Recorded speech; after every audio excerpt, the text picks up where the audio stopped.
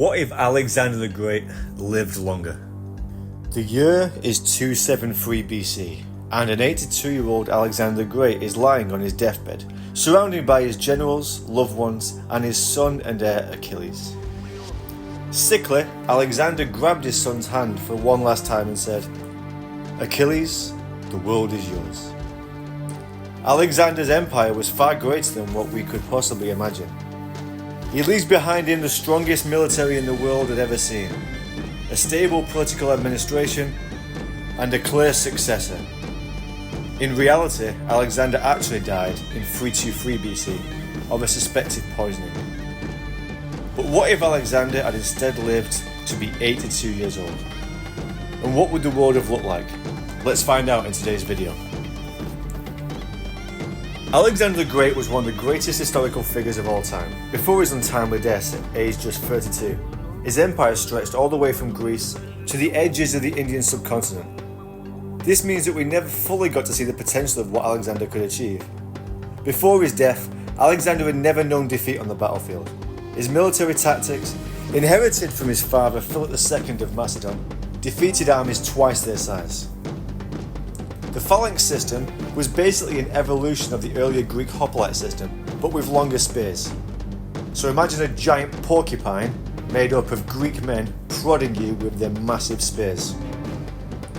This style of fighting was ahead of its time and made Alexander's army virtually unbeatable. If he would have continued in this manner, God only knows where he could have achieved. So this is Alexander's empire in 323 BC. And as you can see, it stretches as far as India. But when Alexander died, his generals divided the empire amongst themselves into smaller kingdoms.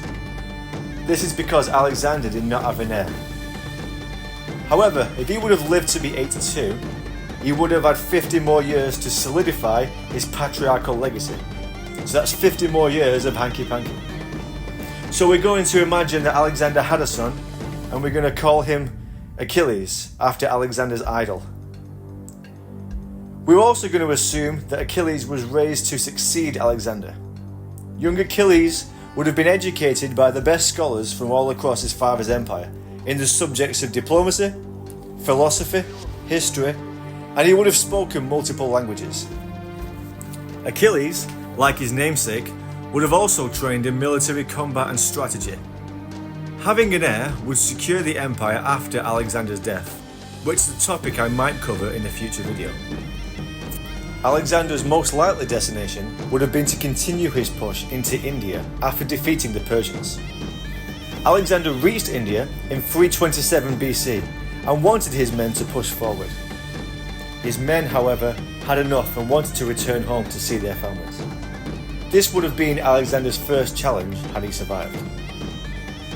Towards the end of his life, Alexander was drinking heavily and leading a hedonistic lifestyle. But for the purpose of this video, Alexander needs to be strong enough to live to be 82 years old. So in 323, Alexander checks himself into ancient rehab, and for the rest of his life, he drinks on occasion and it does not cause any problems. Alexander would have to unite his army and encourage them to push forward into India. This will be done by using Greek troops, but also recruiting troops from the Persian lands he had just conquered. It could take a while to do this, however, as people who have just been conquered might not be quite so enthusiastic about fighting on behalf of their new conquerors. Alexander would have to be diplomatic and would probably continue the Persian satrap system, putting generals like Ptolemy in charge of strategic geographical locations within his vast empire.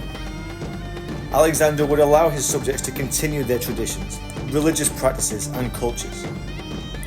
After a decade of strong leadership and new trade routes to Europe, the peoples of Persia are largely content with their new Greek emperor. There are uprisings and minor skirmishes, of course, during this period, but Alexander's military prowess and his organised political infrastructure is able to keep the empire strong and mostly united. In approximately 310 BC, Alexander was able to raise an army from Greece, Egypt, all the way through Persia, capable of invading India. Alexander conquered Persia with an army of approximately 47,000 men. Due to this now legendary status and the 10 years he's been in charge of the vast empire, Alexander's numbers could reach almost twice that, just like what Darius controlled. With an army of 100,000 men, well equipped and trained to fight in the Macedonian phalanx system, combined with just how divided India was during this period, could have been enough to conquer the subcontinent. The Battle of Hydaspes, where Alexander had previously tested both victory and vast challenges, now marks the beginning rather than the end of his Indian campaign. With an empire stretching from the Mediterranean to the Himalayas, Alexander integrates Indian war elephants and tactics into his army, forging ahead into deeper territories like the rich Ganges plain. The Himalayas would have been a fantastic boundary for Alexander's kingdom, as they were virtually impenetrable. In addition to this, surrounding locations such as China and East Asia could have been contacted and trade routes could have been established. This is significant as it meant Alexander the Great could have potentially controlled the Silk Roads. Alexander established cities, named them after himself, and introduced Greek art and architecture into the Indian tapestry. Local rulers either bend the knee to Alexander or suffer defeat on the battlefield. Alexander creates a melting pot of Greek and Indian cultures. Buddhism and Hellenistic philosophies intermingle, giving birth to a new syncretic religion that travels back west. With India under his sway, Alexander's gaze turns towards the Arabian Peninsula. Envision vast caravans traversing through Petra and Palmyra, laden with spices and silks bound for Athens and beyond. Alexander sees Arabia not just as a land of wealth, but as a critical junction for connecting his realm from Egypt to the Far East. He builds cities and ports along the Red Sea, enhancing maritime routes that outshine the Silk Road. These ports become cosmopolitan hubs where Greek, Arab and Indian knowledge pool together, birthing advancements in science, medicine and astrology. But Alexander was not done. Our journey with Alexander has one more stop: Europe. During Alexander's life, Rome was just a small city in the heart of Italy, and there is no reason why Alexander, with the power and the vast resources of his new empire, could not have gone on to conquer Italy, along with North Africa and other territories such as modern Romania. Due to Europe's tribalistic nature during this period, Alexander would have struggled to conquer Gaul. The foresty nature and landscape of Europe would have made the phalanx system significantly less effective. Now this would have been an issue for Alexander in India as well, but I'm sure that Alexander would have been able to restructure his military in order to adapt to these different terrains.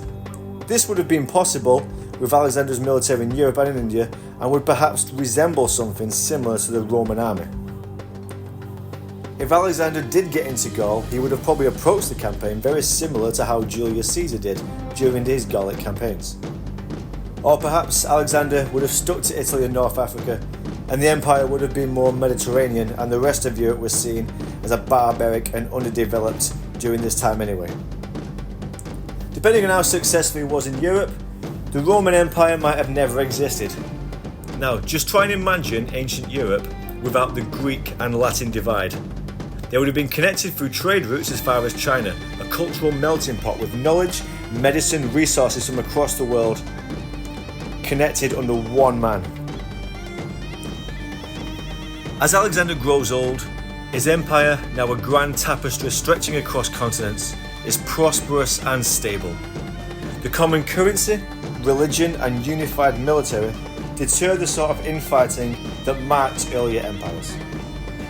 The great library of Alexandria becomes the world's knowledge capital, hosting scholars and texts from across the globe. However, as empires do, the seeds of its challenges sprout quietly.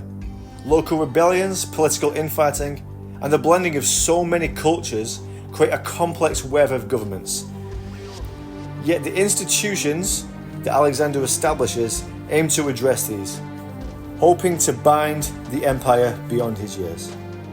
This means his son Achilles inherits a vastly different empire to the one that Alexander's generals originally divided amongst themselves. If Alexander did make it to 82, by the end of his life, there are many people within his empire that only know life under Alexander's rule. The notion of individual nations slowly erodes, and all that everyone knows is the Empire. In this alternate timeline, Alexander's extended reign not only reshapes geographical boundaries, but it can also cast a long shadow over the cultural and scientific evolution of the world. His legacy is seen not just in the cities that bear his name, but in the globalised culture that could have been. An intriguing tapestry woven from the threads of what might have been. But honestly, there is no real knowing which direction Alexander would have gone first.